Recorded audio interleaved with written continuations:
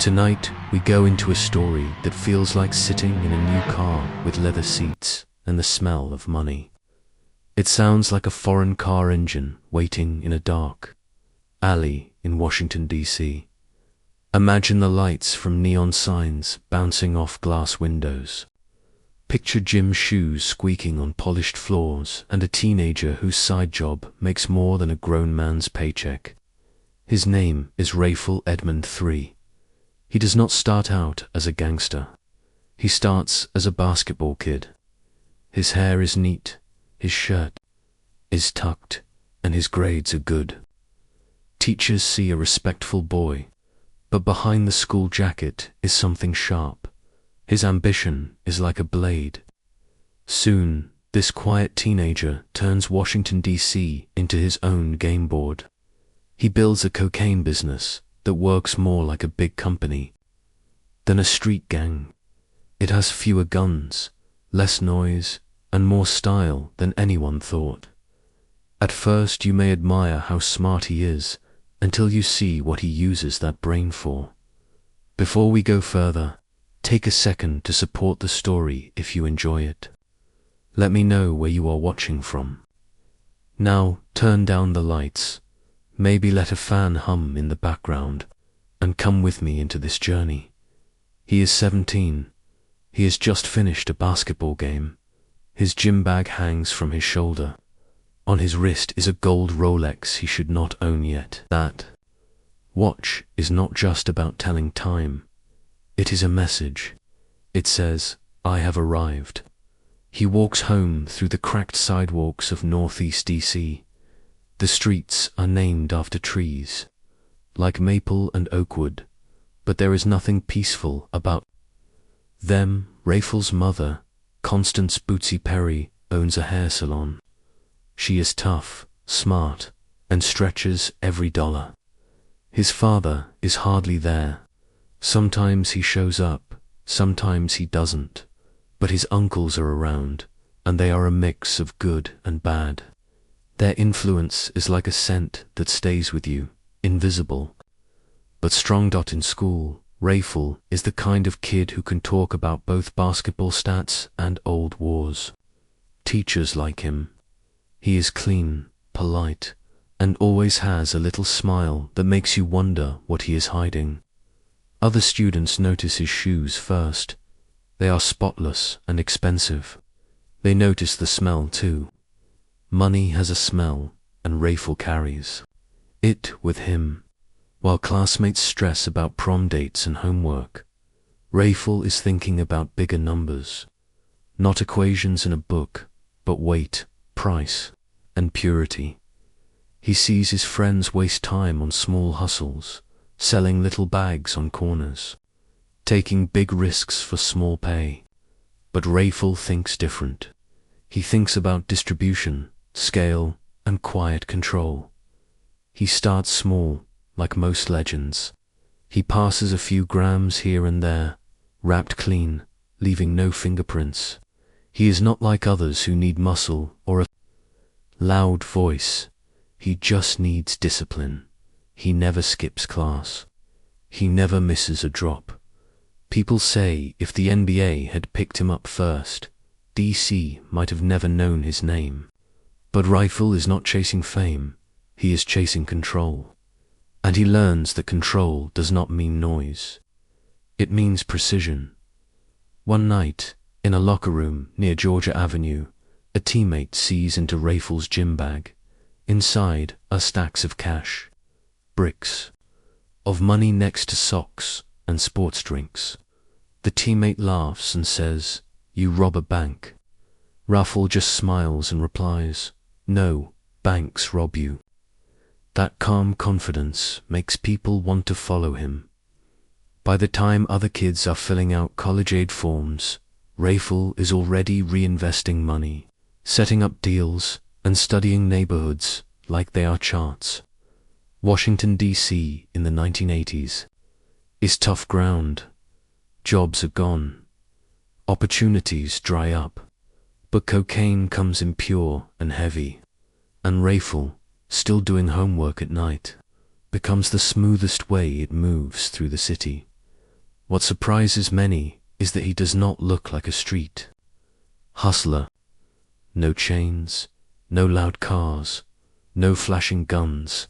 He wears button-down shirts, slacks, and cologne that costs more than rent. Even the way he walks says he is not in a rush. Why run if you already own the game? His team is not junkies or loud gang members. They are smart, careful, and well-dressed. They look more like office interns than dealers. But this office can triple your money by the end of the week. He builds his crew like a coach builds a team. Trust, intelligence, and style. And it works. Soon he is laying down stacks of money on tables. Money that does not match his age. It does not even look like crime. It looks like a rival to crime. By 18, the family hair shop on 8th Street, say, is still open. The hairdryers hum, the place still smells like shampoo. Customers still laugh in the front, but in the back it is silent. Too silent. It is more than a beauty salon now. It is a meeting place, a checkpoint, a way to control who comes and goes. In Washington, D.C., secrets often hide in plain sight. Bootsie, Rayful's mother, runs the shop like a queen. She knows everyone's name and birthday. But people who know the truth understand the shop is more than it seems. Couriers come in, negotiators, men who carry themselves like they have been places. Some whisper in Spanish, some use coded words like music notes, and Ray listens. He learns how deals are made and how they last. There is a story about one man who came in nervous, out of place.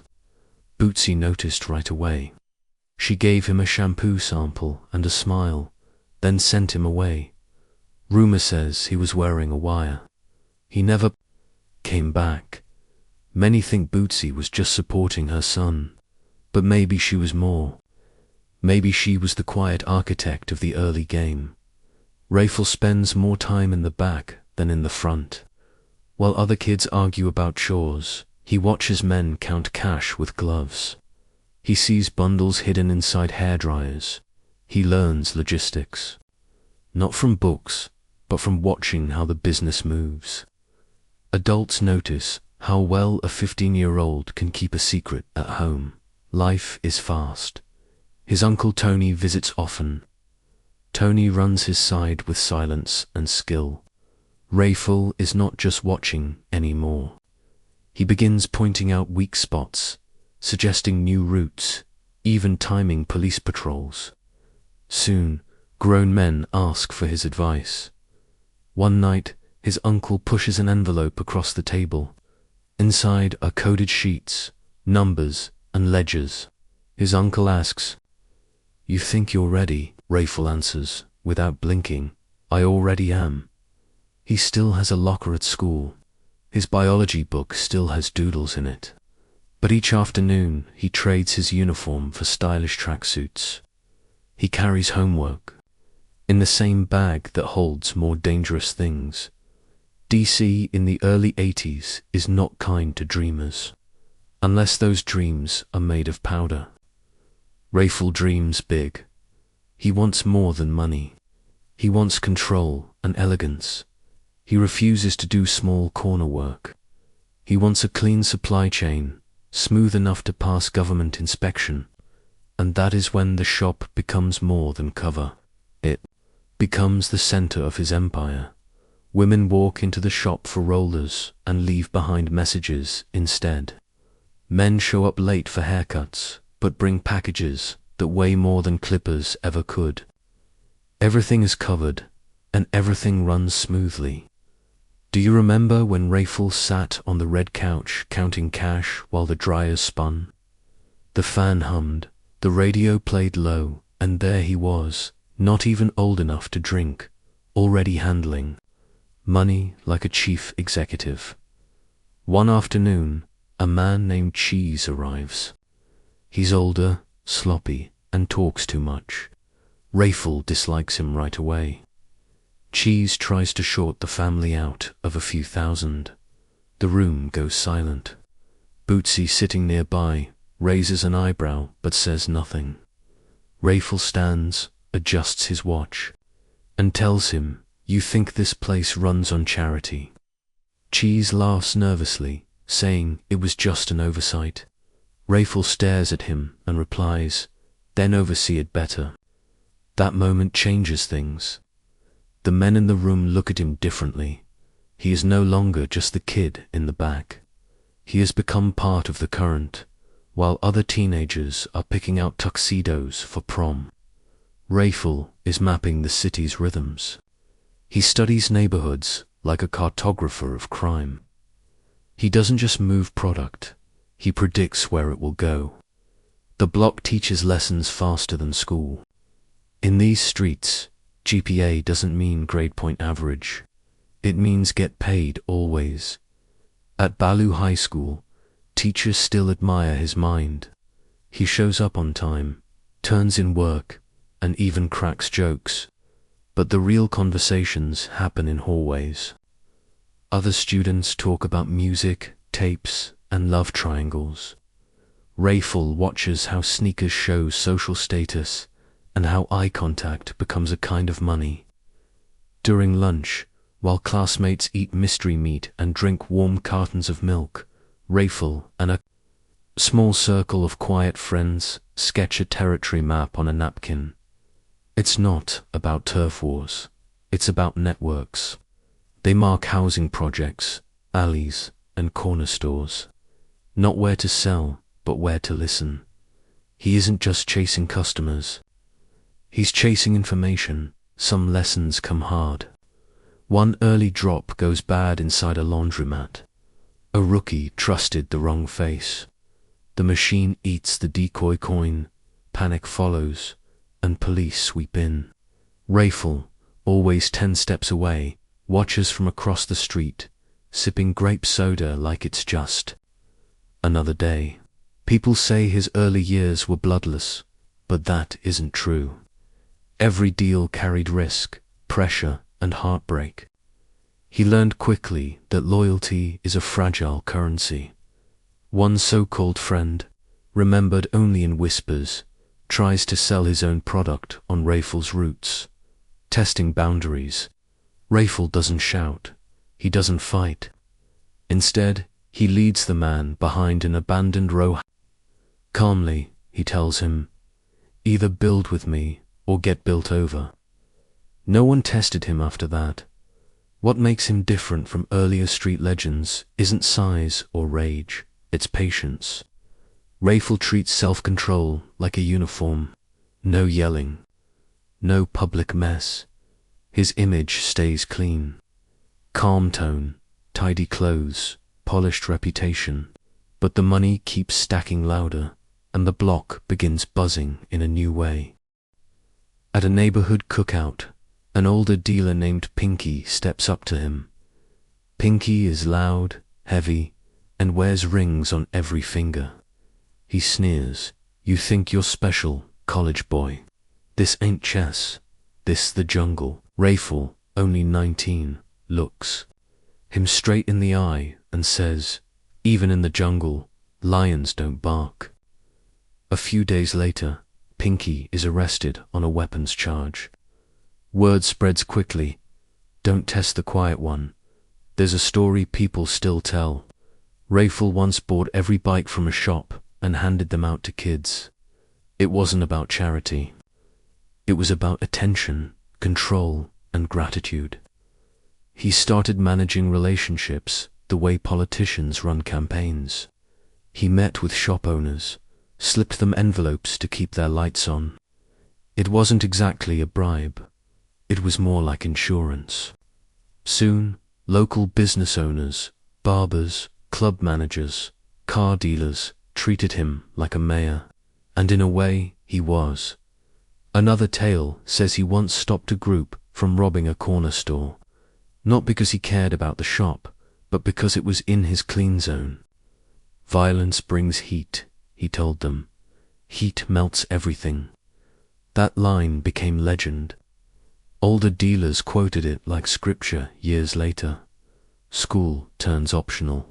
He still shows up sometimes, charming teachers with quick answers. But his true work begins after the final bell. His family sees him less at dinner. Bootsie doesn't question him much. Maybe because she already knows. Maybe because silence keeps the peace. But one day, she finds him stuffing a wad of cash in his drawer. Without raising her voice, she says, "If it's worth hiding, it's worth losing." He nods, says nothing, but the drawer keeps filling. Could anyone have stopped him then? Maybe not.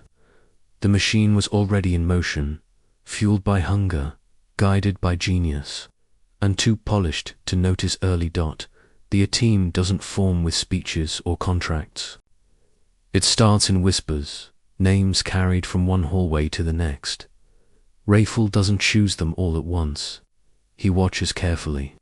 He studies who listens, who stays quiet, who doesn't talk too much. There's Worm, good with words and numbers. Slim Charles, tall and patient like a lamppost. And D, silent but sharp, noticing every detail. They are young, hungry, and smart. Rayful brings them in carefully. He doesn't promise or threaten. He tests. He gives one a duffel bag, locked. No explanation, just a location and a deadline. Each one delivers on time, no questions asked. That's how trust begins. Rayful doesn't rule like a loud kingpin. He leads like a team captain. He gives tasks, rewards effort, and never yells. If someone fails, he doesn't rage. He pauses. He looks long enough to make them wish he had shouted. That quiet pressure is enough.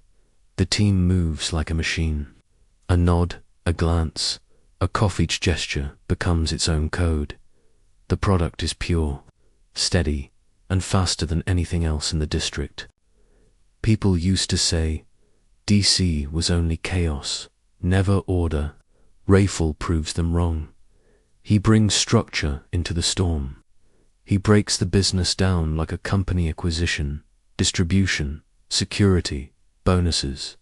He tells one crew member, "Move 30 by next week, and your girl gets a rental with a bow on it." And it happens. A champagne Cadillac waits outside like a commercial. But Rayful doesn't show off for himself. Not yet. He dresses sharp, yes, silks, leather jackets, but never too loud. His real wealth is respect, and respect comes from being consistent. He sets a code. No shouting in the street. No pulling heat for attention. No dirty money in clean places. Break the rules once, you sit out. Break them twice, you vanish. Not with blood. Rayful isn't a butcher.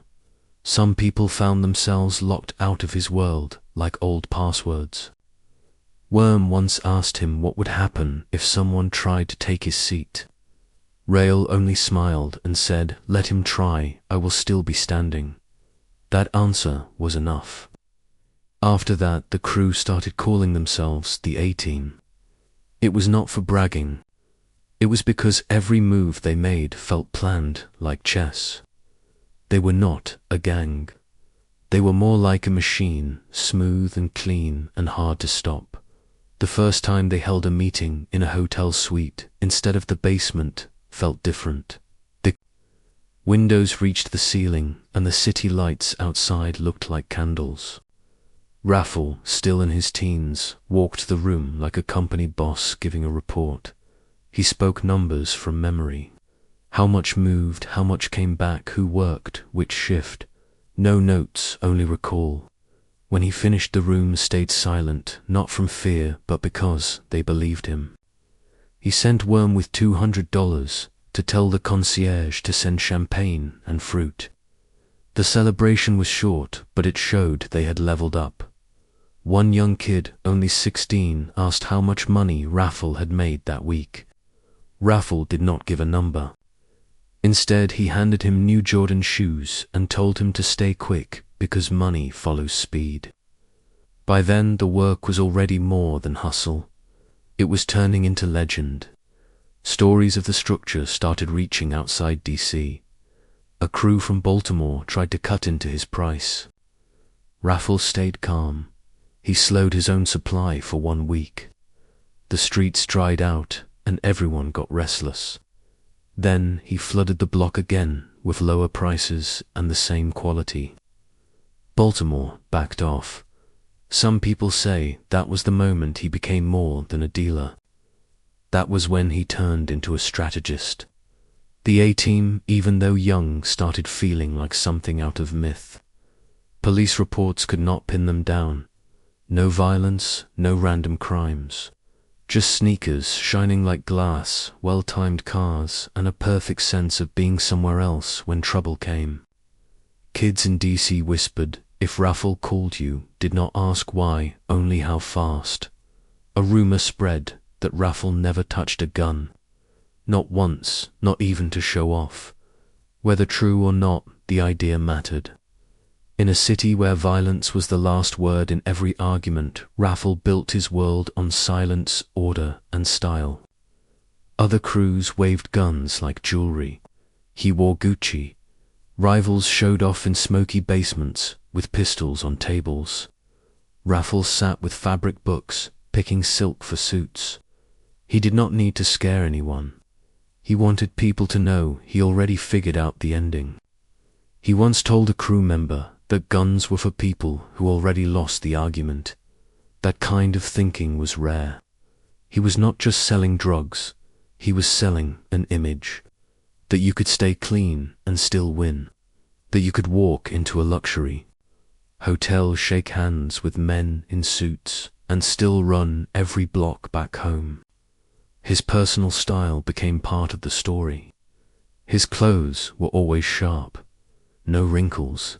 His cologne was expensive, but not too heavy. Even his chains sat the right way, never loud, always planned. He owned cars too many to count. BMWs, Benzes, even a Ferrari that only came out on Sundays. All spotless, all paid in cash and registered under names that were not his. But when he drove through the city, it felt like he floated. People said his fashion was just for show. But maybe it was armor. Every silk shirt was a shield. Every Italian shoe was a message saying he was untouchable. He made rules for his crew, rules that sounded like law. No loud talk outside, no guns where people could see, no fights in clean zones. Always look like you were going somewhere important. He even made a dress code for meetings. No jeans, no hats, only white sneakers if they were spotless. If someone showed up messy, the meeting ended before it began. One night, he turned a strip club into a boardroom. He walked in with music blasting and girls dancing. He told the DJ to cut the sound. 5 minutes later, deals were being made over juice and whispered codes. The crew started getting noticed, but not by the wrong people. They were seen at art shows, jazz clubs, and rooftops. Not in alleys, not on corners. They looked like kids from Wall Street, even though they were barely old enough to vote. The police were confused. The streets were not. Kids began copying their style. Hair parted, cologne, button-down shirts, under bomber jackets. Even the way Rayful walked with one hand in his pocket, shoulders back and head tilted, became a pattern others followed. He became the style map of DC. By doing this, he pulled his whole operation away from the look of crime. That was the trick. He did not clean up for the cops. He made it look like nothing illegal happened at all. One time Worm told him they looked like Wall Street men. Rayful only smirked and said, "Why not we make more than them?" It was not pride, it was belief. But style brings attention. And soon people from outside DC were asking about him. Crews from Richmond, Norfolk, and even North Carolina sent feelers. Instead of being proud, Rayful got cautious. He tightened the circle. He moved meetings every week to new places. No phones allowed, only face to face. He even started using throwaway pagers before most had seen one. Some people still think it was his style that brought him down. Others say it was his need to stay clean that made his fall sharp and public. But that was later. For now he was still a shadow in silk. Everyone saw him, yet no one really saw him. That was his goal. There is a sound to real money, not just the rustle of bills, but the heavy thump of stacks held tight by rubber bands. The clicking of counters slicing through piles. The soft breath of someone realizing they just counted 6 figures before lunch. By 1984, Rayful lived in that sound. Money did not trickle, it hummed like a song. Every day, the same rhythm. Product moved, cash returned, repeat. The volume was unreal. Some said he moved hundreds of kilos each month and made close to $2 million a week. And he was still too young to rent a car without extra fees. The money changed his world. Apartments were rented under fake names and filled with cash. Some smelled so strong that air fresheners had to run all day to hide it. Other spots stayed empty except for tables where money was counted or product cooled. The blinds never opened. Rayful expanded his network. He needed more eyes, more hands, more silence. But instead of tough guys, he looked for trust. Cousins from church, quiet neighbors, men with no record. People who had never touched a gun were the ones he used to guard millions. To him, loyalty and calm were better than muscle. There was a small house near Howard University that people whisper about. No furniture, only 3 huge safes. Inside, young men counted money while old episodes of The Jeffersons played low on a dusty TV. That was his world. Clean, careful, hidden in plain sight. Here's your rewritten passage in simple 8th grade English. Expanded carefully to about 1,000 words, keeping the same meaning but not copying the script, word for word. No extra commas or fancy marks, no suggestions. Just the rewrite as you asked. Everyone in the crew wore gloves when they handled money. It was not about hiding fingerprints. It was because the ink from the bills rubbed off like dust and left stains. Rayful never let money sit in one spot for too long. It had to move constantly like a river. It flowed through houses, cars, and hands, never stopping long enough for someone to catch it. One house might be used for 4 days, then it was left behind. Another would take its place. There was no pattern and no trail for anyone to follow. Dice, one of the young runners, once joked that Rayful had more houses than the board game Monopoly. And it was true. He had so many that even his own people lost count. It was not just the houses. He also had garages filled with cars. Some of them were registered in states he had never even been to. Each car had a purpose. Some were used to make drops. Some were used as decoys. A few were just for show. There was a bright red Mercedes that never touched the street. It stayed parked in an underground garage, the battery removed, waxed every week. No one knew why he kept it like that. Maybe it was just because he could. People could not believe his empire was real. It was too smooth and too perfect. The way he paid his workers made even government jobs look weak. One woman earned $800 a week just to sit in a car with her child in the back seat while a package was dropped in the trunk. To the kid, it looked like a game. To the woman, it was easy money. She never even thought of herself as part of a drug empire. For her, it was just a safe job with steady pay. DC itself began to change because of him. Nightclubs stayed open longer. Liquor flowed faster. Big music acts stopped through the city more often. The money moved like perfume through the streets, and his name was written on the bottle. He started putting cash into small businesses. He fronted money for barber shops, laundromats, and corner stores. Many owners never knew the money came from cocaine. All they knew was that the young man in silk shirts wrote checks that always cleared. One night he was eating crab legs in a seafood spot with some of his closest men. Someone mentioned a city block, and Rayful paused. He said he did not know anyone. Over there?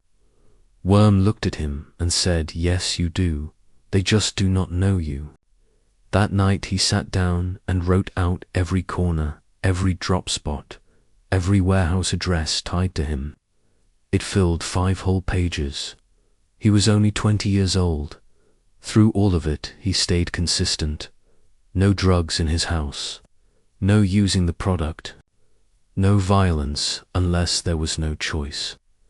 He believed in control, or at least the illusion of it. If you moved clean and looked clean, maybe you stayed clean. But the federal agents were beginning to notice. Not because he made noise, but because no one made that much money without somebody noticing. He did not know it yet, but someone was. Watching, someone always was. In the daylight he still blended in with college life. He walked across Howard University's campus with a backpack slung low, dark glasses, and an easy stride. To professors he looked like a respectful student, sometimes distracted but always polite. To classmates he looked like the guy who always had money and time for a laugh. They did not see the phone calls at lunch that moved 30 bricks. They did not notice the coded looks across the courtyard that meant a drop was happening. They did not see the math running behind his smile, while other students stressed over exams and parking. He was playing a bigger game. College by day and kingpin by night. Once he left a night class early.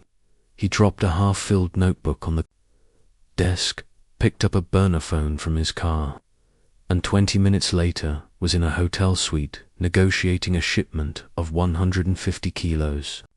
The room was full of Colombian voices and bitter coffee. That was his split life. His interest in school was real. He could talk about economic theory and often thought of himself as a businessman more than a criminal. But college became more of a symbol than a goal. He kept showing up because appearances mattered. For him, appearances were weapons. Some people later said college was his way of going straight. But maybe it was just another shield, another alibi dressed in class schedules. At night DC became a different beast. The lights buzzed. Police cars rolled slow. Some blocks were silent, while others pulsed with energy. Rayful was everywhere and nowhere at once. His lieutenants spread out like veins, moving product through the city with efficiency that rivaled real shipping companies. Cars switched every 36 hours. Packages moved through strollers, construction sites, even church kitchens. It was more than a network. It was an ecosystem, and he was the conductor. One evening, he sat in the back of a rented Lincoln watching a local crew mess up a drop at a laundromat. He did not speak at first, just stared. Then he leaned forward and said, "That is how you get noticed. That is how you teach the cops what to look for." By morning, that entire crew was removed from the route. He gave no second chances when the city itself was his chessboard. He also invested in soft power. He paid for a neighborhood basketball tournament. There were cash prizes, DJs, and food stands. He never put his name on it, but everyone knew who was behind it. Winners got envelopes. The crowd got chicken and music. The streets whispered, "He is looking out for us." It became an annual event. Even rival crews showed up in peace. No one wanted to spill blood at Rayful's tournament. One summer, a fight almost broke out during a semi-final game. Rayful walked onto the court himself. No guards, no weapons, just him in a cream tracksuit and loafers. He spoke a few quiet words to the players. They both nodded, and the game went on.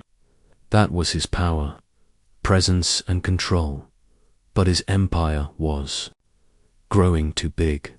He was making more than some foreign governments. That kind of money drew eyes. A federal agent named Lou Miller began piecing things together slowly. He did not chase Rayful directly. He studied the gaps, the silences, the empty spaces around him. Rayful still thought he was invisible, but the sound of money was loud. It was a hum that grew into a siren, and someone was tuning in. Every empire has a pipeline. Rome had roads. Wall Street had wires. Rayful had a Colombian connection, smooth as silk. It started small, just a whisper through a cousin and a woman who once worked in a hotel near Miami. One conversation led to another, and soon he was not just moving product, he was importing it straight from the source. No middlemen, no watered-down cuts. The good stuff. The first big shipment came hidden inside hollowed furniture, wrapped so well that the dogs barely reacted. His crew cracked open a leather ottoman and pulled out bricks so pure they looked like they glowed. Rayful did not smile. He only nodded. That was his way of celebrating. With this new source, everything shifted. Rayful was no longer just beating the other crews. Now he was supplying them. That was a whole new level of the game. Do you remember that warehouse near the train yard? The one that always smelled like vanilla because he filled it with air fresheners to trick the dogs. That was where the loads came in. It was always quiet, always clean, and always under watch day and night. He was moving hundreds of kilos every month now. The money was so much that it had to be counted in shifts. One worker would step out, and another would take his place. No one was allowed to do a full count alone. The temptation would be too much. But nothing ever went missing because people didn't just fear Rayful. They believed in him. He ran things with such order that even people from Colombia trusted a young man from DC. They trusted him because of what they saw. No mess, no wild killings, no police raids, just smooth business. And the numbers backed it all up. He met with their people in Miami, Los Angeles, even Las Vegas. He wore suits now, always pressed, never flashy. When one cartel man asked how, he kept his streets so calm. Rayful told him, "I don't hire people who need to prove themselves." That line ended up written in a federal file years later. But by then, Rayful had already switched up his system again.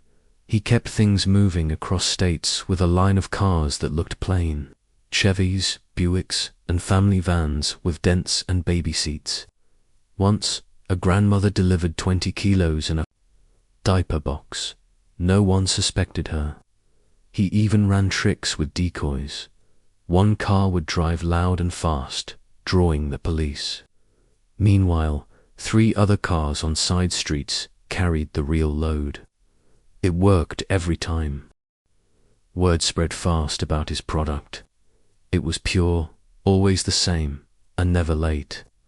Rival crews even bought from him under fake names. He didn't care. Business was business. One Miami contact even offered him territory down south. It was like being offered a promotion. But Rayful turned it down. DC is mine, he said, and it was true. From the blocks to the rooftops, from corner stores to suburban houses, his work flowed like power through wires. He placed layers between himself and the product. No fingerprints, no direct drops, only meetings, briefcases, and trusted men carrying out his orders word for word.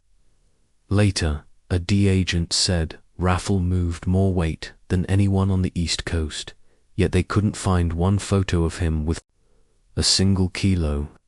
He understood the secret sure name should be everywhere, but your face nowhere. But the bigger you move, the more eyes follow, and some of those eyes wore badges. The French Connection had been their big case years before. Now DC had its own version, and Rayful was the one leading it like a man listening to jazz. Always calm, always ahead. Then came the night that became legend. He rented out the whole roller rink. Every light, every song, every guard. The doors were free to the public. It wasn't his birthday. It wasn't anyone's party. It was a gift, a show of power. Families came out. Kids skated for free. Teenagers danced in brand new shoes. Mothers lined up for food while the music echoed through the speakers. Then Rayful walked in. No guards, no crew behind him. Just him, in a white shirt and gold glasses. He slid across the floor like a politician who didn't need votes.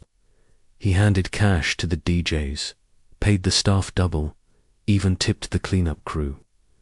It wasn't charity, it was strategy. That night locked his place in the city's memory. Many people believed it was a birthday party, but the truth was there was no reason at all. It was just Rayful reminding DC that he saw them and they saw him. The giving didn't stop there. One week he bought pizza for a whole block during a blackout. The next week he paid for a stranger's funeral. Then came the gifts, chains of gold and diamond rings passed out like prizes. One time, a kid got hit by a stray bullet. Before the parents even asked for help, Rayful had already paid the hospital bill. These stories spread through barbershops and bus stops. Whether or not he was part of the danger, he always seemed to be the first to step in with help. The cash kept rolling in, and so did the stories. People said working for him felt like working for Robin Hood if Robin Hood wore fancy shoes and carried a pager. But Rayful wasn't careless. His giving was sharp and planned. He paid for school drives, bought uniforms for basketball teams, even gave small amounts of cash to young men to keep them off the streets. He knew fear only lasted so long. Real power came from obligation. If you had eaten because of Rayful, if your rent was saved because of the envelope he left, if your cousin had a job guarding one of his stashes, then you owed him. That kind of debt didn't show on paper, but it always came back when needed. Meanwhile, his circle grew stronger. The men closest to him started to walk like him, dress like him, and talk like him. Their style shifted from street to sharp. No more smoky house parties. Now they rented rooftops and hotel lounges. The dress codes became strict, the music smooth, and the mood professional. It wasn't just crime anymore. It was a performance, a brand.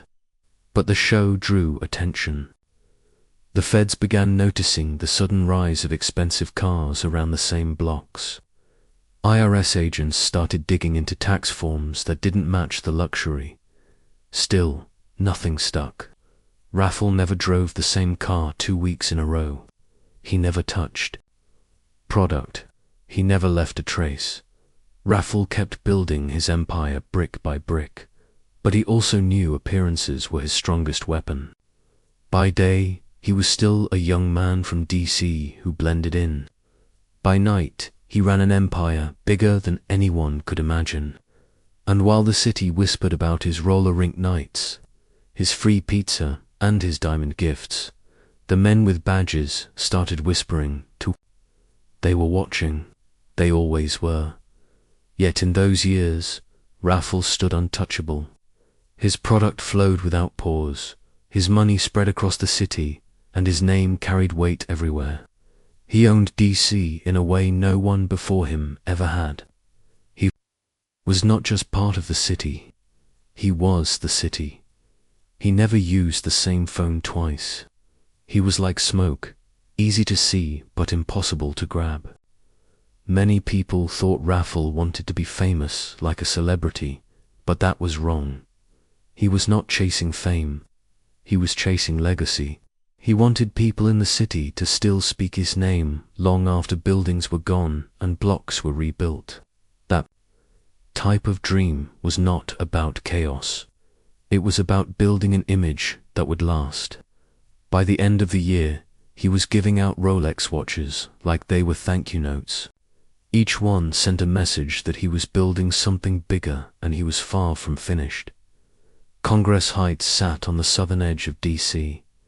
It was a tough neighborhood, with cracked sidewalks, old brick row houses, and corner stores where the lights often flickered. To most people, it was just another working area with people doing their best to get by. But to Rayful Edmond, Congress Heights was the seed of power. He chose it carefully. It was close to everything, but far enough that police rarely gave it attention unless something serious happened, and Rayful never exploded into chaos. He glided through, calm and in control. He moved into a modest brick house. Curtains always closed, mailbox always empty, trash always set out on schedule. To the outside world, it looked like any other house on the block. Inside, it was different. It was a command center. Phones with short ranges, pages lined up like chess pieces, notebooks with codes, initials, meeting times, and drop points. At the center of it all sat Rayful.com, precise, listening to everything. This house became his throne. Not golden, not loud, but covered in quiet control. From that house he built what many later called the most organized drug empire DC had ever seen. The power he created did not shout, it hummed. His crew started calling the place the Nest. Not because money was stored there, but because plans and strategies were created there. The old man on the porch next door never knew he lived beside the most powerful dealer in the city. That was the point. Rayful made sure everything looked safe. He switched cars in and out of the garage. Deliveries came at planned times.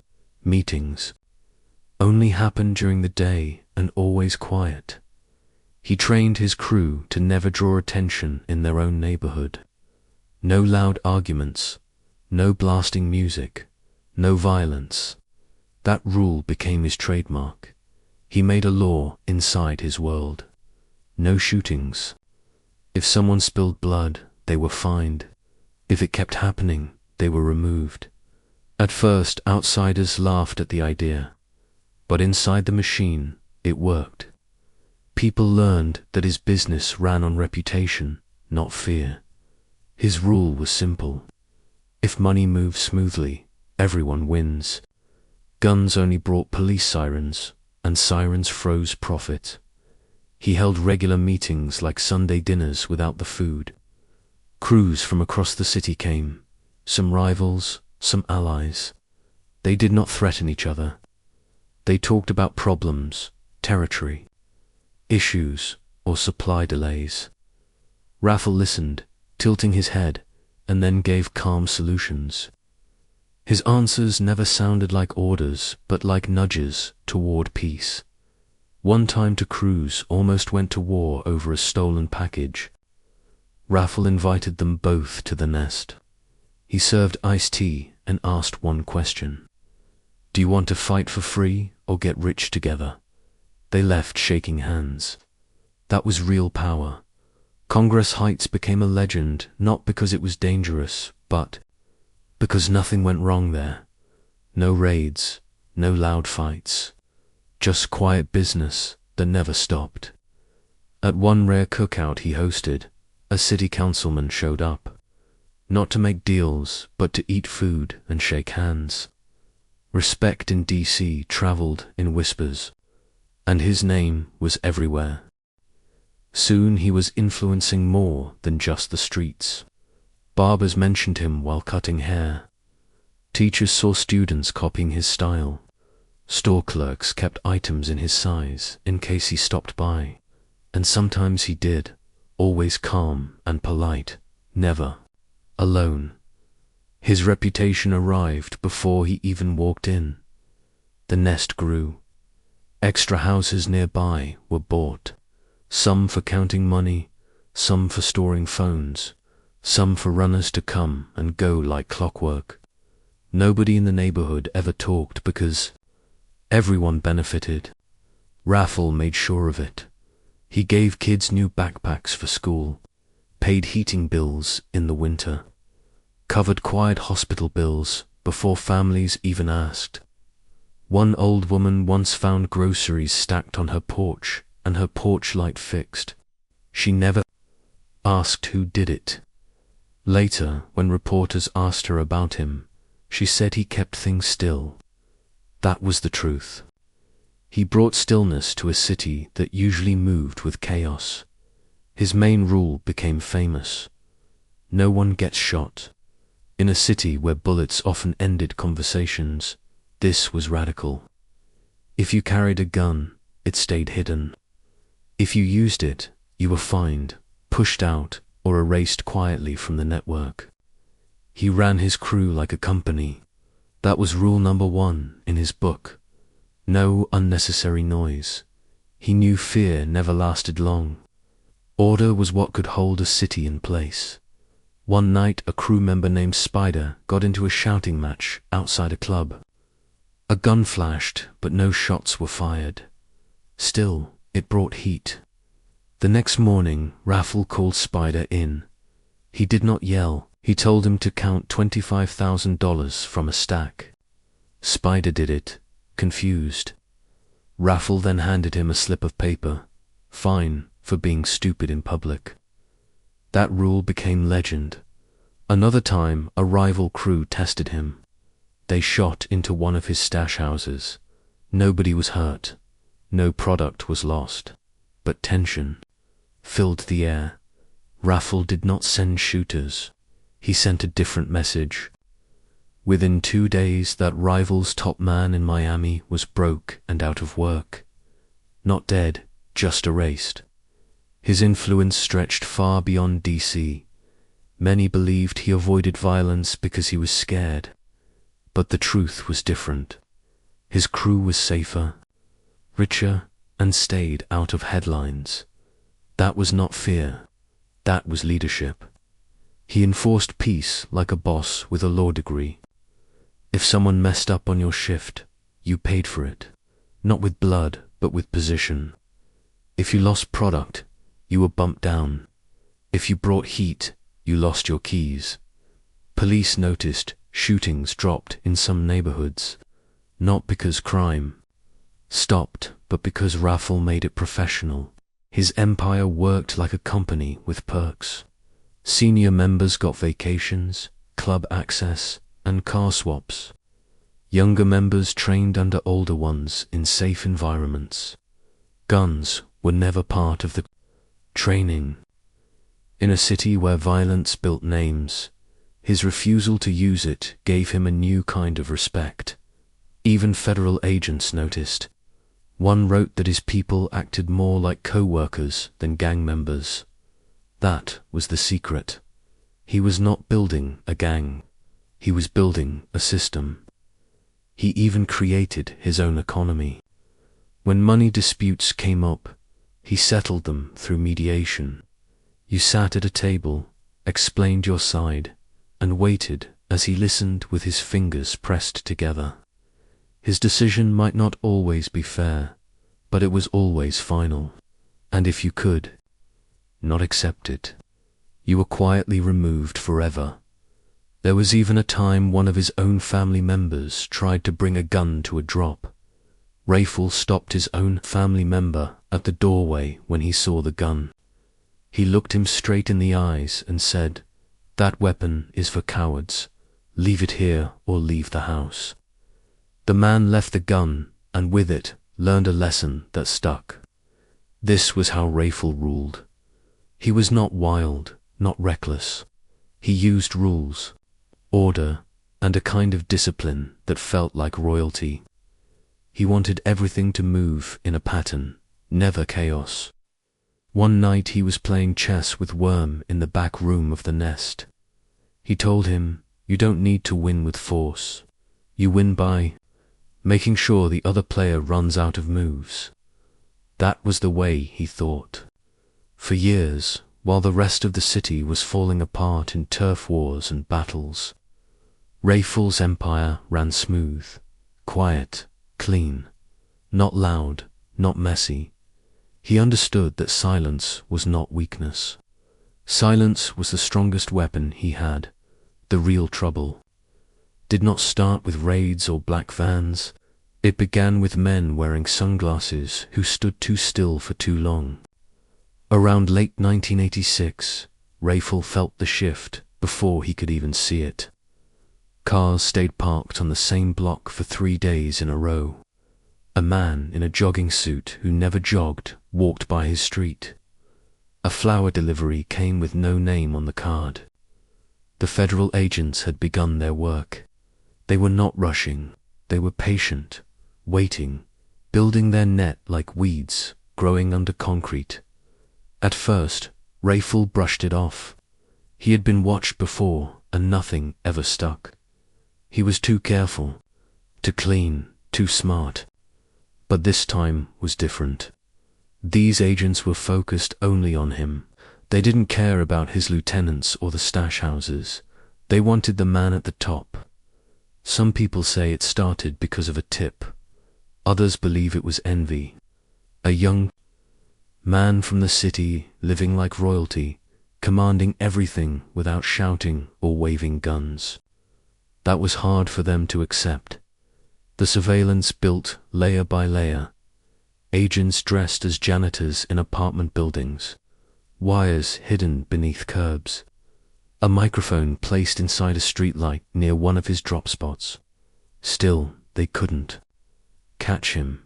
Rayful never touched the drugs himself. He never used full names when talking. His words sounded like riddles. Directions came in numbers, not words. A D agent later admitted they followed him for months and still could not figure out how he moved anything, but there is always a weak spot. A small courier got picked up on a side charge, then another one, then a girlfriend who was angry and wanted revenge. Cracks started showing. Rayful could sense it like a shift in the weather.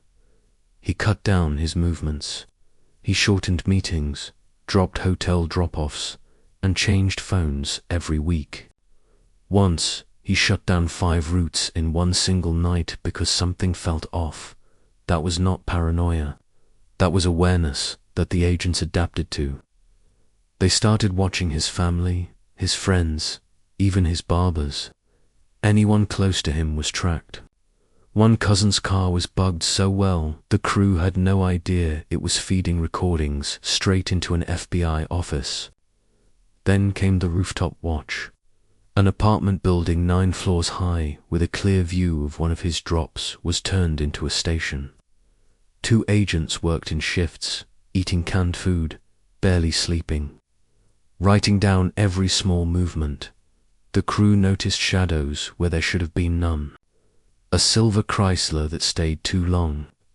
A woman walking her dog at the exact same time every morning. Worm told Rayful, "We got ghosts." Rayful just nodded. Then he went even darker. He cut down his circle again. Less people, less cars. He moved.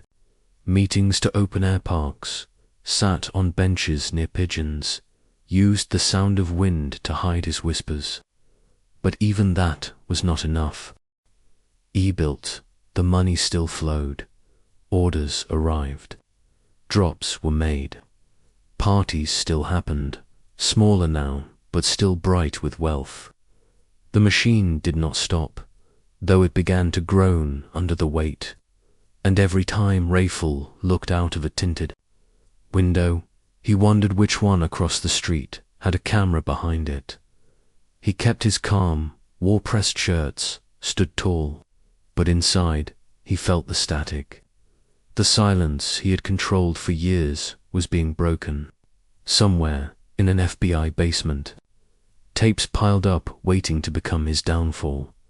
The streets still felt calm. The money was still moving, but Rayful felt the heaviness in the air. Too many faces watching. Too many cars that did not belong. He had built his empire on rhythm and silence. Now the rhythm was broken. One afternoon, he sat in the back of a Cadillac with the engine humming. Worm sat across from him, laying out the numbers. Weight moved, routes secured, payments made, everything perfect. But Rayful did not nod. He looked out the window and asked, "You hear that?" Worm listened, just the noise of the city. Horns, people, traffic, same as always. "No," Rayful said. "Exactly, nothing. Because when things are too smooth, it means a storm is coming, around this time." The police changed their methods. No more circling the block and Crown Victorias. No more obvious tailing. Now it was financial audits, seized phone records, meetings with prosecutors. They were not chasing Flash anymore. They were hunting patterns. People still think his downfall came from one informant. But it was not that simple. It was papers, notes, ledgers hidden in walls. Rayful himself never wrote anything down, but his people did. That was his weak point. He trusted his systems too much. But systems include people, and people talk. When pressure gets heavy and the threat of prison looms, people break. One of his drivers was caught with 2 kilos and a pager. Instead of fighting it, he folded easily. That opened the door. The agents used it like pulling thread through cloth. They connected names, cars, apartments, habits, each detail added to the net. And still Rayful stayed one step ahead. He switched houses weekly. He used burner phones bought in supermarkets. He moved meetings to loud highways where the roar of trucks drowned out hidden mics. But then came the microphone that changed everything. Do you remember his grandmother's house on East Street? It had soft chairs, lemon cookies on the table, and porch fans spinning slowly like a lazy clock. That house, the one that felt safest, would soon become the stage for the crack in his empire. That house on East Street, the one with the porch and the lemon cookies, the feds had bugged it. Rayful never thought they would go that far. To him, that place was safe. It wasn't just where he felt secure, it was where he dropped his guard. He sat on the porch in slippers, talking and laughing with his uncles. Sometimes he even updated his crew there, giving out quiet orders with the same calm voice he always used. He had no idea every single word was being recorded. Hour after hour, his voice filled the tapes. They caught names, numbers, little codes, and even small jokes. What he thought was harmless porch talk turned into the very thing that built the case against him. The feds didn't move fast. They didn't storm the door like in the movies. They built their case slow, steady, careful, the way a cathedral takes years to rise stone by stone. People argued later that maybe the recordings were illegal, but the warrants were tight. Every paper was signed, sealed, and renewed each month without issue. Rayful's own voice, mixed with the sound of porch swings creaking and birds calling in the background, became the centerpiece of the case. His crew started to feel the pressure. Some kept quiet, refusing to risk mistakes. Others got nervous, began making sloppy moves. One man disappeared altogether. Whispers said he escaped to an island, leaving the streets behind for good. Rayful stayed steady. He still showed up in pressed clothes, shoes shining, walking like nothing had changed. If there was one thing he hated, it was panic. Panic broke systems. Panic made mistakes, and mistakes made walls fall. But even the strongest control has limits. One morning, he walked into a hotel suite like he had done so many times before. The room was spotless, smelling fresh. His white shirt was crisp, his watch shining on his wrist. He poured himself a glass of water. When he set it down, the sound of the glass hitting the table was too loud. Something about that echo told him what he already knew deep down. He didn't need to say it out loud. The walls were listening. The wire wasn't a rumor anymore. It was real. When the takedown came, it wasn't loud or violent. No smashed doors, no yelling officers. It came like a shadow before sunrise. Early morning, soft steps on the carpet, cuffs slipped on before breakfast. They didn't grab him on a corner. They didn't make a scene in a hotel lobby. They waited until he was in motion. A man like him was always moving, never hiding, never rushing.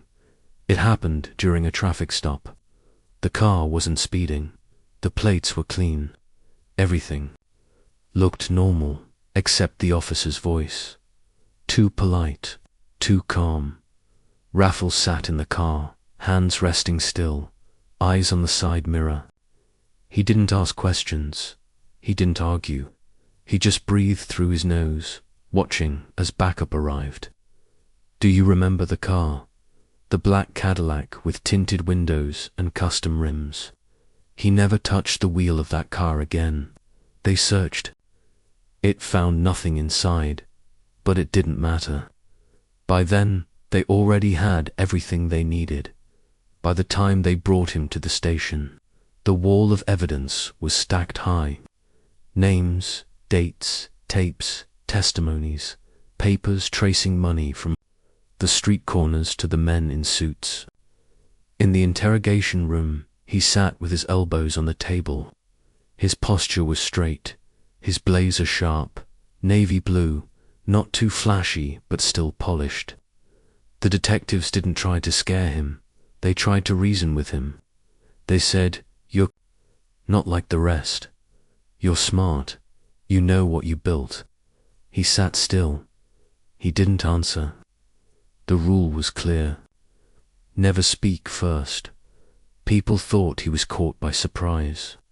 But weeks earlier, his phones had gone silent. He had already felt the storm closing in. News of his arrest spread slowly, like waves rolling across the city. First, it appeared in internal memos passed between agents. Then it slipped into quiet conversations among prosecutors. Finally, the headlines arrived.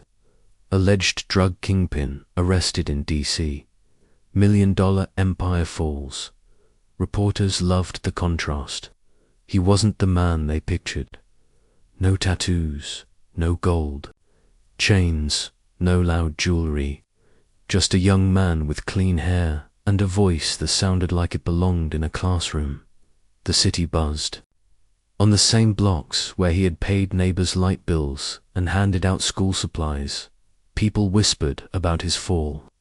Some shook their heads, some breathed easier, others mourned not the man, but the order, because under him there had been rules. No wild shootouts, no chaos. People had learned to move quietly, to keep peace. Now, with him gone, that silence was cracking. The streets felt less steady, like a storm waiting to rise. In the holding cell, he didn't show fear. His mugshot was taken, his print scanned. The officer working intakes said, "You don't look like somebody who ran the city." Rayful smiled a small smile and said, "That's the point." At his first court hearing, he wore a blue suit. People still talk about that suit, the way it fit him like armor. He didn't slump in the chair like a man defeated. He sat upright, steady, like someone leading a meeting. He didn't plead that day. He didn't cry. He kept his eyes forward, his silence heavy, filling the courtroom with tension. Many believed that even in handcuffs he still carried power. Because when you shape the streets, when you bend them to your rhythm, that power follows you.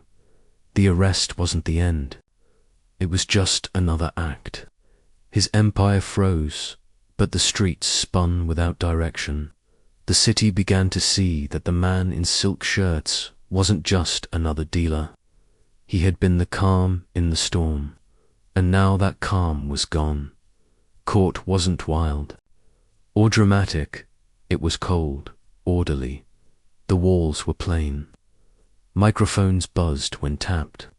Wooden benches filled with curious neighbors and reporters in neat suits. Yet, even with all the prosecutors, agents, and reporters, the center of attention wasn't them. It was Rayful, still young, still composed, still walking with his chin level as if gravity itself worked for him. His navy suit caught every eye, sharp and precise. He didn't slump. He didn't crack. If anything, he looked bored, like the trial was just another late meeting. In the back of the courtroom sat his grandmother, hands folded, face calm but unreadable. The moment they read the charges, 20 counts of conspiracy, distribution, and possession, he didn't blink. Each charge was like a nail sealing a coffin.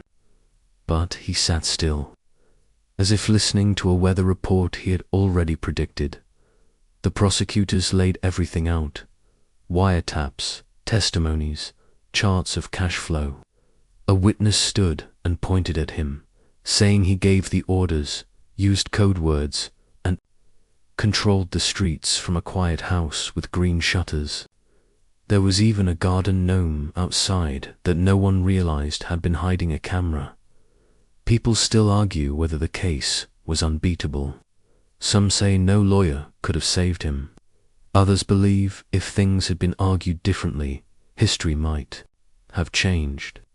But in that courtroom, with the weight of the charges pressing down, the once untouchable figure sat calm, steady, still carrying himself like the storm was just another puzzle he had already solved. The case against Rayful was not perfect. The officers did not find product near him. They had no physical proof to hold in their hands. There were even whispers that some of the work done by agents was not clean.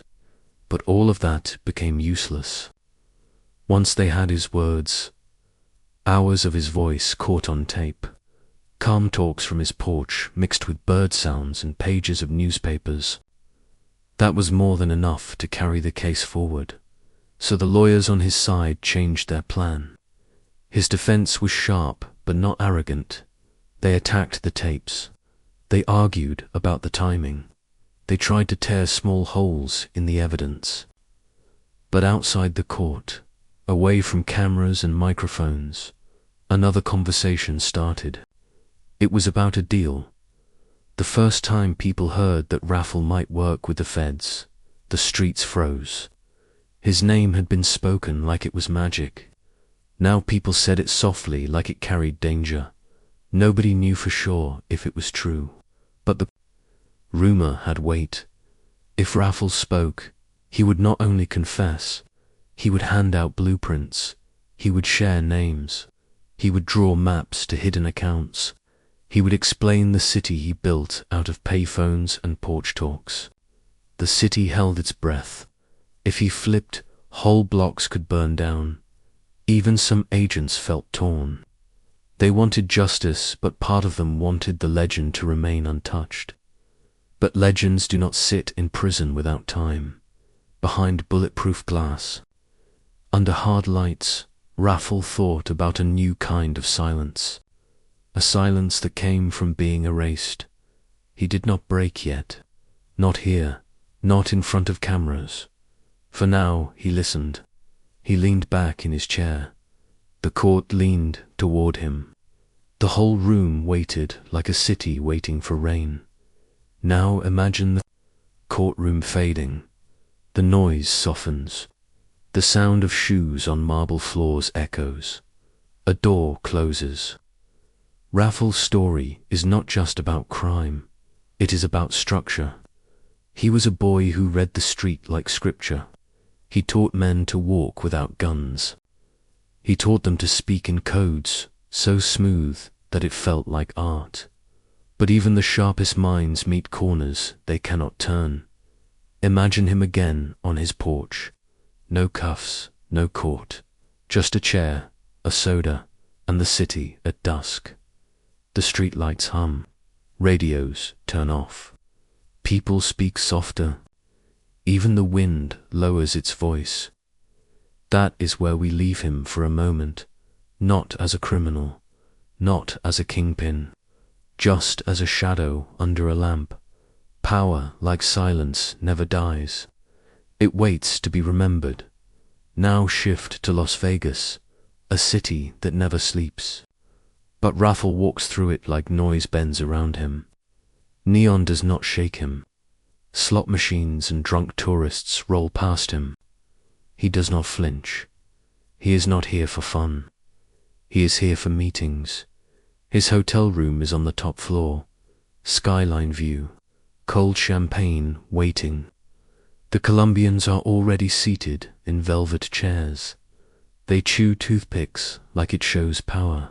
Rayful takes his seat last, not because he's late, because he knows letting others sit first gives him control. Do you remember the room number? 5117. That simple detail ended up in 5 different court transcripts. Vegas was not only about talks. It was about change. Rayful thought of spreading west. DC was strong, but whispers from Miami warned of new threats. Vegas was open ground. Some thought he came to gamble. He never placed one bet. His bets were people. He met Esteban, a quiet man. Linked to the cartel, he wore socks with sandals. Esteban offered direct supply from Cali. In return, he wanted space on the East Coast. Rayful said the East Coast was already his. He said it calm, like he was ordering room service. The deal was not signed with ink. It was made with silence, with glances, with numbers written on napkins. But Vegas gave Rayful more than partners. He studied the casinos. He watched how they washed money. He saw how names could change under lights and fake papers. He kept mental notes. He had dinners with music men and nightclub owners. Some were real, some smelled like agents. One man wore a plain watch and 2 polished shoes. Rayful smiled but never trusted him. The next day he switched hotels. On the 3rd day he met a former boxer. The man offered muscle. Rayful said muscle meant you had already lost. That line lived on. Years later, a rapper turned it into a lyric. Vegas for Rayful was not about flash. It was about building. He scouted buildings, talked to realtors, met limo drivers, used fake names, left no card trail. Just like in DC, he left quick, because Vegas ran hot. Heat followed him. He walked out in the afternoon light. Tan coat, dark glasses. A suitcase untouched by hotel staff. Some argue he never closed the deal. Others believe he did. What is true is weeks later, product from Cali moved faster into the East Coast. Less middlemen, cleaner lines. Vegas forgot like it always does. But Rayful remembered everything, especially the man with the plain watch. The fall did not come with an explosion. It came with a car. A black Cadillac DeVille, routine, familiar.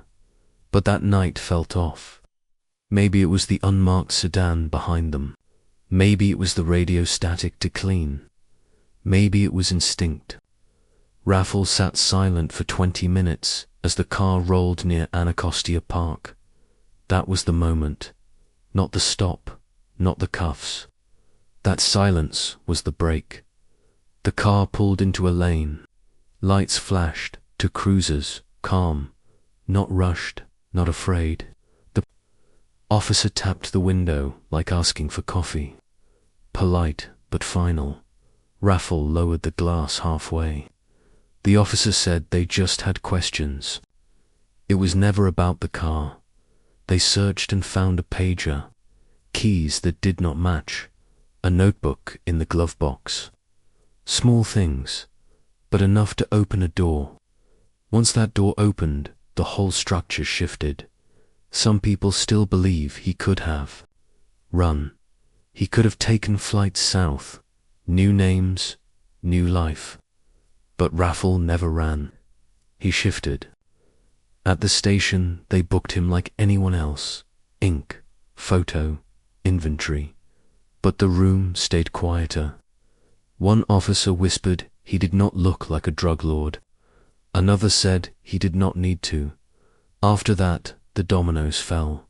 Warrants signed. Apartments raided. Phones tapped.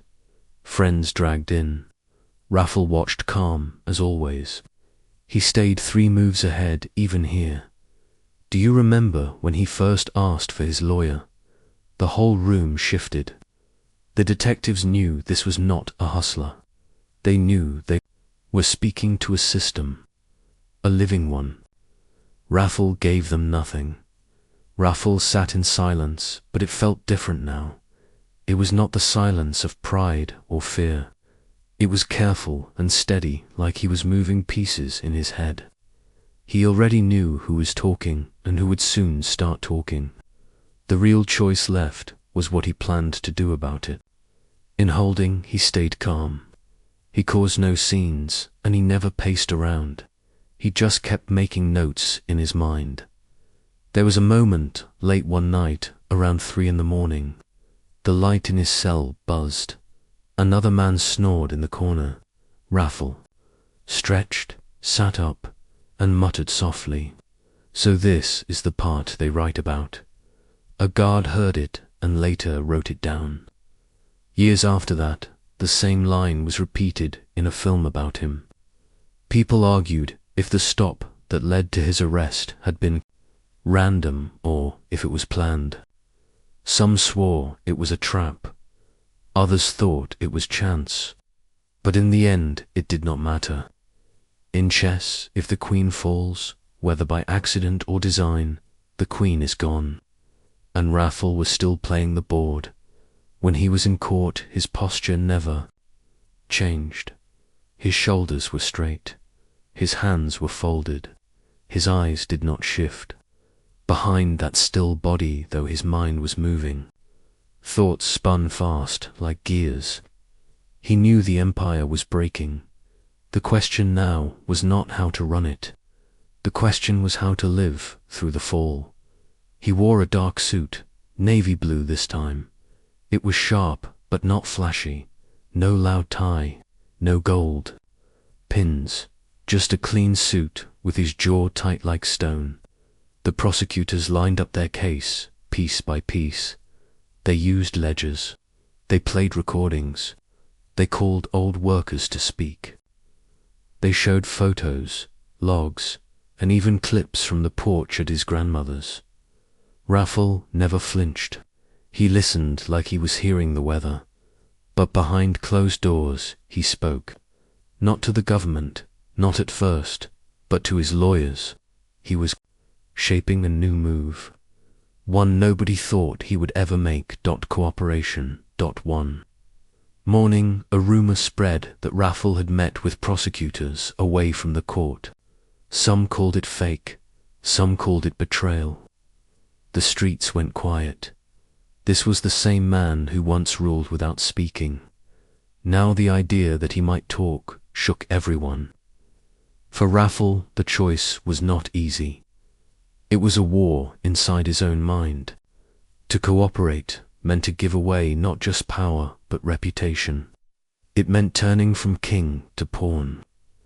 But Rayful was not thinking about myth anymore. He was thinking about years in prison, about time slipping, about futures. The feds wanted him because he knew everything. The shipping routes, the false names, the safe houses spread across states, the offshore accounts no one could trace. He did not give it all away, not at first, but he cracked open the door. Some believed he flipped because he was afraid. People close to him knew better. It was math. He wanted leverage, not mercy. Cooperation came with conditions like protection, relocation, and sometimes the chance to build a new path. When he first walked into court as a witness, the room froze. It was a new kind of silence. People stared not out of respect or fear, but curiosity. What would he say, and how far would he go? Then came the line. He said it calmly, under oath. I did not build a crew. I built a network. It was not just confession, it was a statement. He named names. Not all, not recklessly, but enough. Enough to redraw the map of DC. Enough to show how much of it had been his design. People in the courthouse scribbled notes. Others just stared, realizing they were looking at something more than street fights. This was structure. This was logistics disguised as crime. His voice stayed steady. No show, no anger, just facts. A prosecutor later compared it to someone explaining how to build a jet engine while you stood on the runway. Rayful did not brag. He did not break down. He just gave the blueprint. Even as his empire burned, he stayed locked into the game of chess. Every word weighed, every phrase chosen. No slander, no rage, just the system explained. Many argue over whether he regretted it. Some say that night he slept better than he had in years. Others say he lost himself. The truth was locked inside him. If he did regret it, he never showed it. When he finished testifying, he walked out through the side door with his chin up. He had not won, but he had moved. And for Rayful, movement always meant survival. After cooperation came protective custody. But custody was not silent. It was a hum that never stopped. Lights that never turned off. Doors that buzzed instead of knocking. Eyes always behind glass. The man once called Emperor of the Streets now lived in walls meant to erase voices. They moved him without noise. No pictures, no chains in front of reporters. Just a van with dark windows and guards who never spoke. His name was scrubbed from intake forms. In this new place, he was not a boss. He was a number. But his mind stayed sharp. Once he whispered to his lawyer, I am not out of the game. I am just in the back room. The prison was made for men like him. Men who had once been powerful, who flipped, and who carried dangerous memories. Some had run whole cartels. Some had betrayed states. Rayful moved among them with the same calm he had worn in suits. Only now it was prison, khaki, and rubber shoes. He created a routine. Wake up, read, write, think, repeat. His cell turned into a study. He traced old routes in his mind, remembered faces, kept codes alive, but never spoke them again. What was done stayed done. His name never vanished, though.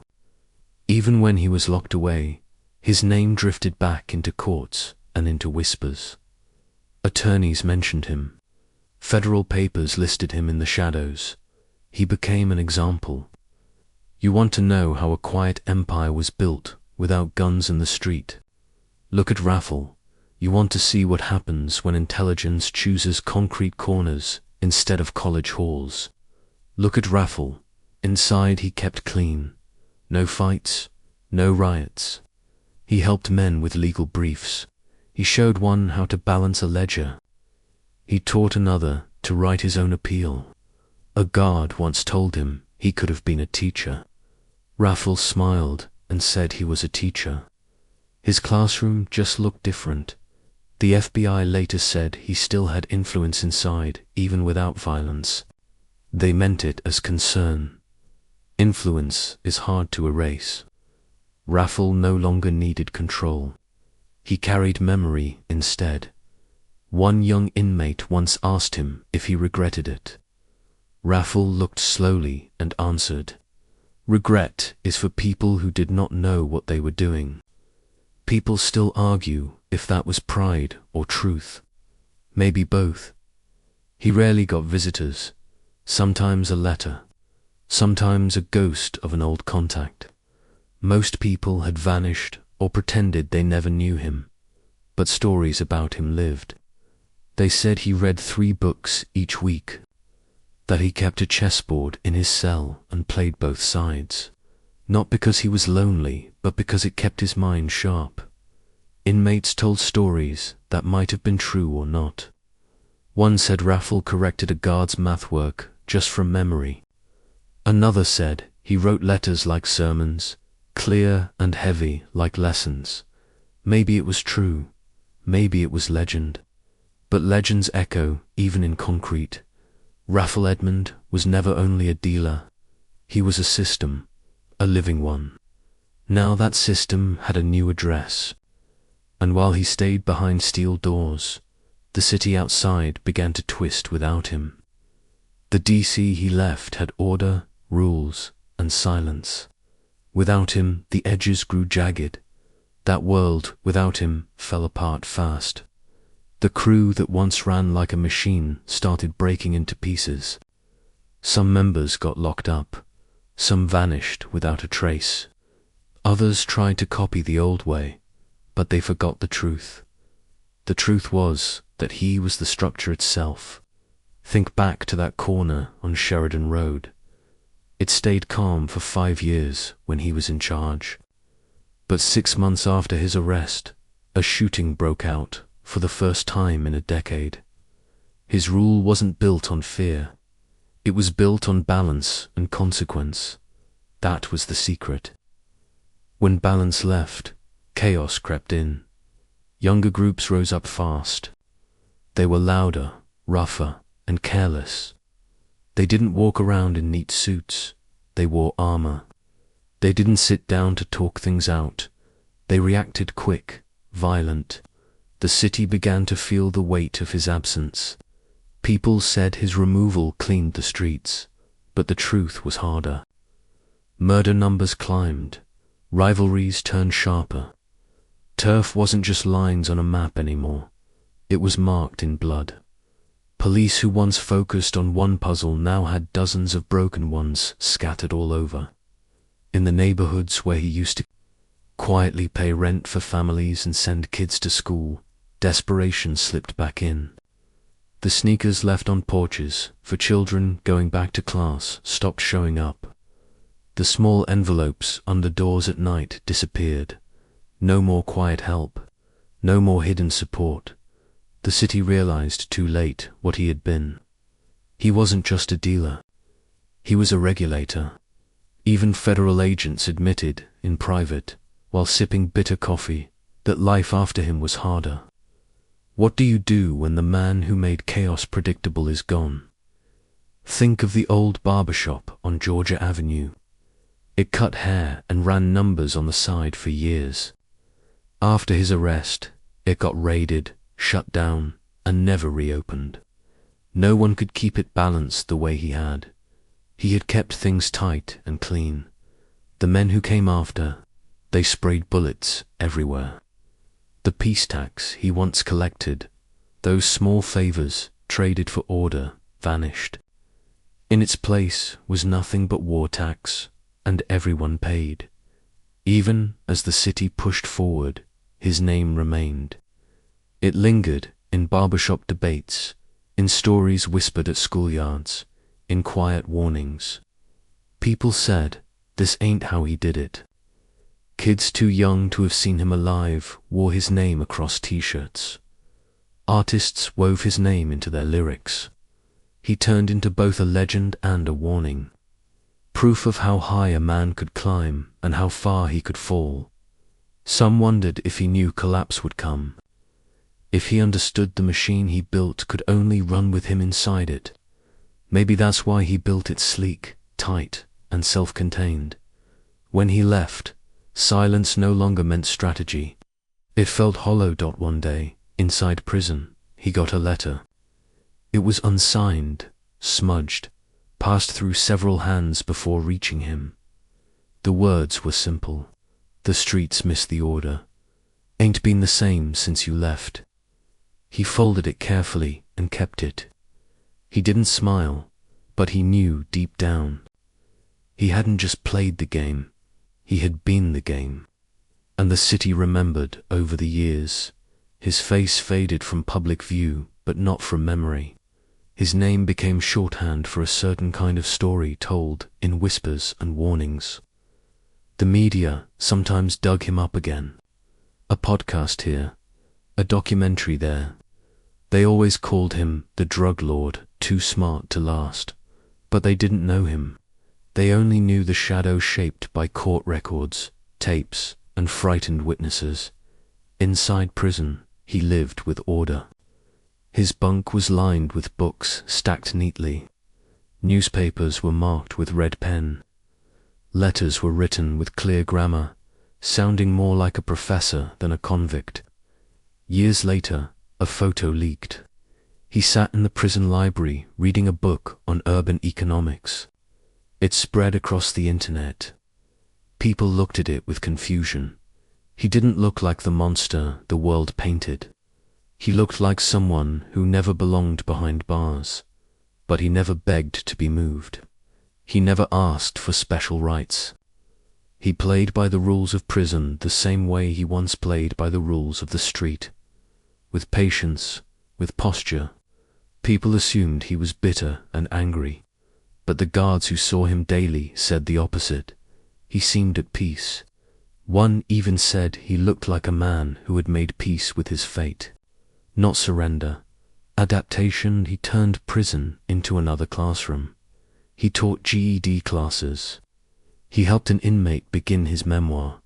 He debated politics with staff who forgot who he used to be. And outside those walls, his name burned hotter. Rappers dropped his name in lines. Phrases like move, like him, quiet but rich, and build it clean like Edmond became codes. Even politicians used his name when talking about the city's past.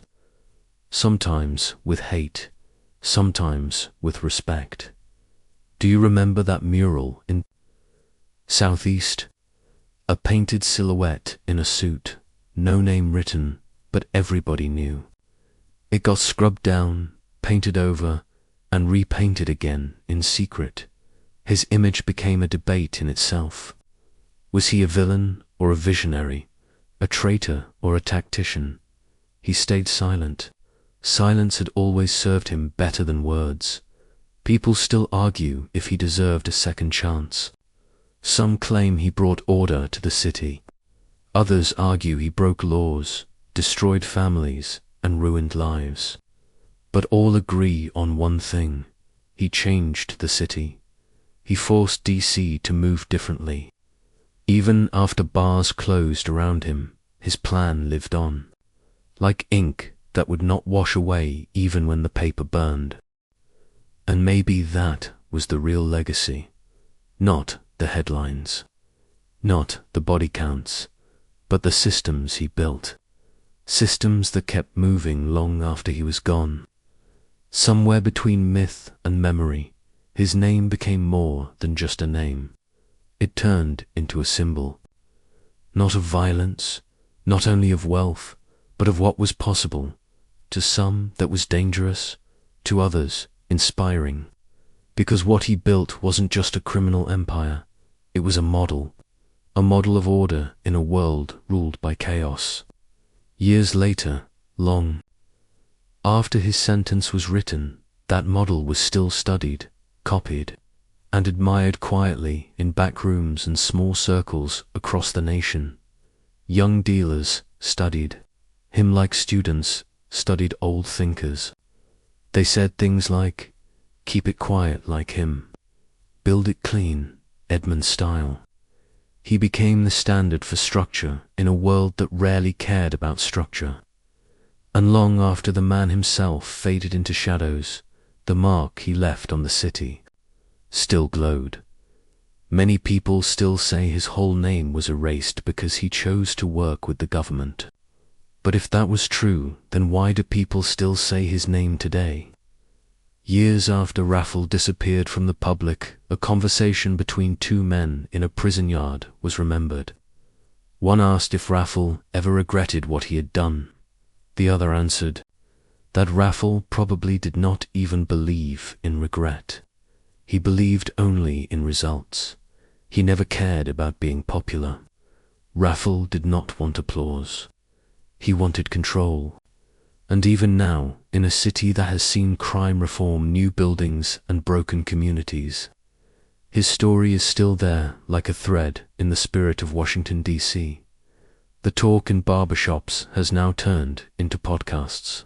Young men growing up without fathers still hear about him from uncles or neighbors. Teachers bring up his name in high school classes when they teach about crime and justice.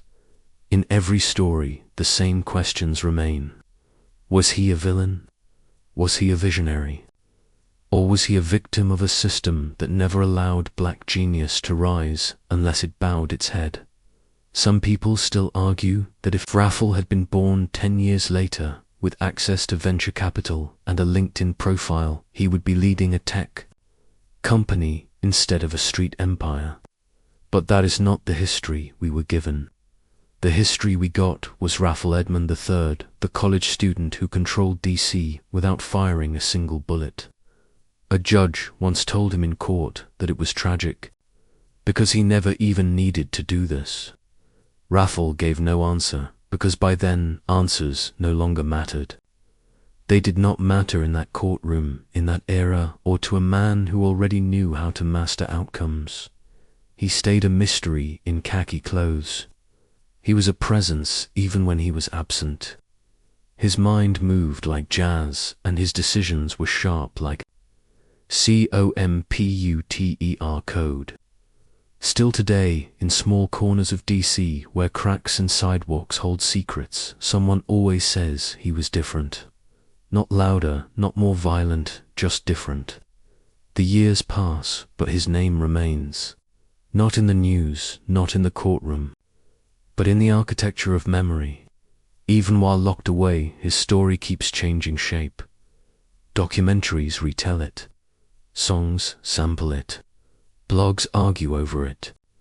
His name is still whispered late at night in Southeast DC like a ghost who wore quiet shoes and built a silent city. A college student once even wrote a thesis about him, not as a drug dealer, but as a hidden systems engineer. That paper spread around it was not wrong, because Rayful's real influence was not just cocaine or cars. His influence was structure. He built an organization that looked like a Fortune 500 company. He designed supply chains, managed resources, and gave out performance rewards. He even had a kind of code of ethics. Do not shoot, do not brag, do not bring heat. Some people still say he just got lucky. But when the luck ran out, the system he built was still there. Even broken, it carried his fingerprints. There are still places in DC where older men lean on fences and remember when the streets were more orderly. They do not mean peaceful. They mean predictable. They say when Rayful ran it, you could walk your kids to the store after dark. That is a strange thing to say about a man who moved more cocaine than some nations. But in the strange math of the street legacy order was gold, and Rayful minted it. Meanwhile, hidden in federal records and sealed files, his movements were kept quiet. Some said he entered witness protection. Others said he chose exile. But every now and then, a rumor rose up. Someone claimed to see a man like him at a gas station in Texas. Someone said they heard his voice on a prison call. Someone thought they saw his shadow in a blurry picture. An underground podcast even claimed they had interviewed him. But the clip was taken down. There was no proof. The voice was calm and measured. It could have been anyone, but it also could have been him. And maybe that was his final move. People still argue whether he should even be remembered. But history does not wait for permission. It stays on its own. His story was built out of opposites. He was young but powerful. He was a student but also from the street. He was silent, but his scale was huge. He did not rule with brute force. He ruled with timing, tone, and restraint, so quiet it looked like strategy wearing the mask of stillness. Now, he is gone. Not really gone, but not here either. If you listen closely in the places where order once lived, you can still hear it. His rhythm is still playing. Even ghosts leave shadows. And the shadow of Rayful Edmond is long. Decades have passed.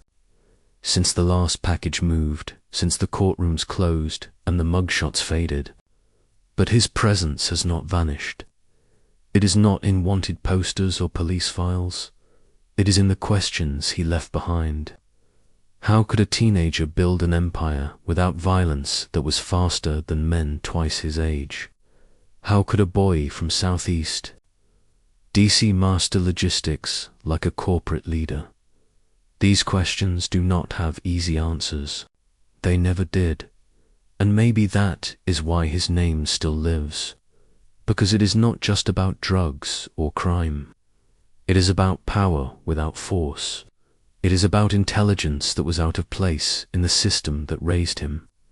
It is about a boy who could have been a CEO in another timeline, but instead became a ghost in this one. His story is now stitched into Washington, D.C. like an invisible design. It flows through the old debates in barbershops. It echoes in classrooms. It spreads through blogs, podcasts, and songs. His rules are still quoted. His name is still whispered. His system still studied. His shadow still cast. And so Rayful Edmond III stays alive in memory, not in glory, not in shame, but in the questions that will never fade. How does a name stay whispered in the same city that once shouted for him to be taken down? Do you remember the reporter who tried to follow his influence into the 2000s? That reporter found signs of him in places he never expected. A rental house that had been bought with hidden money. A business partner who once drove Rayful's cars. A non-profit with links to a cousin's cousin. It was not reach anymore.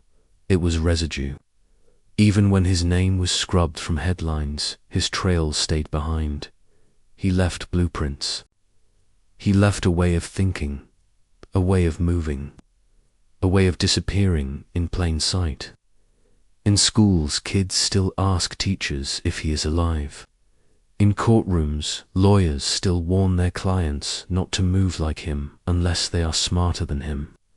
In prisons, his name floats like a myth. He was the man who turned a porch into a headquarters and a city into a balance sheet. Many people still say he was the last of his kind. After him came ruthless groups, unstable alliances, and careless violence.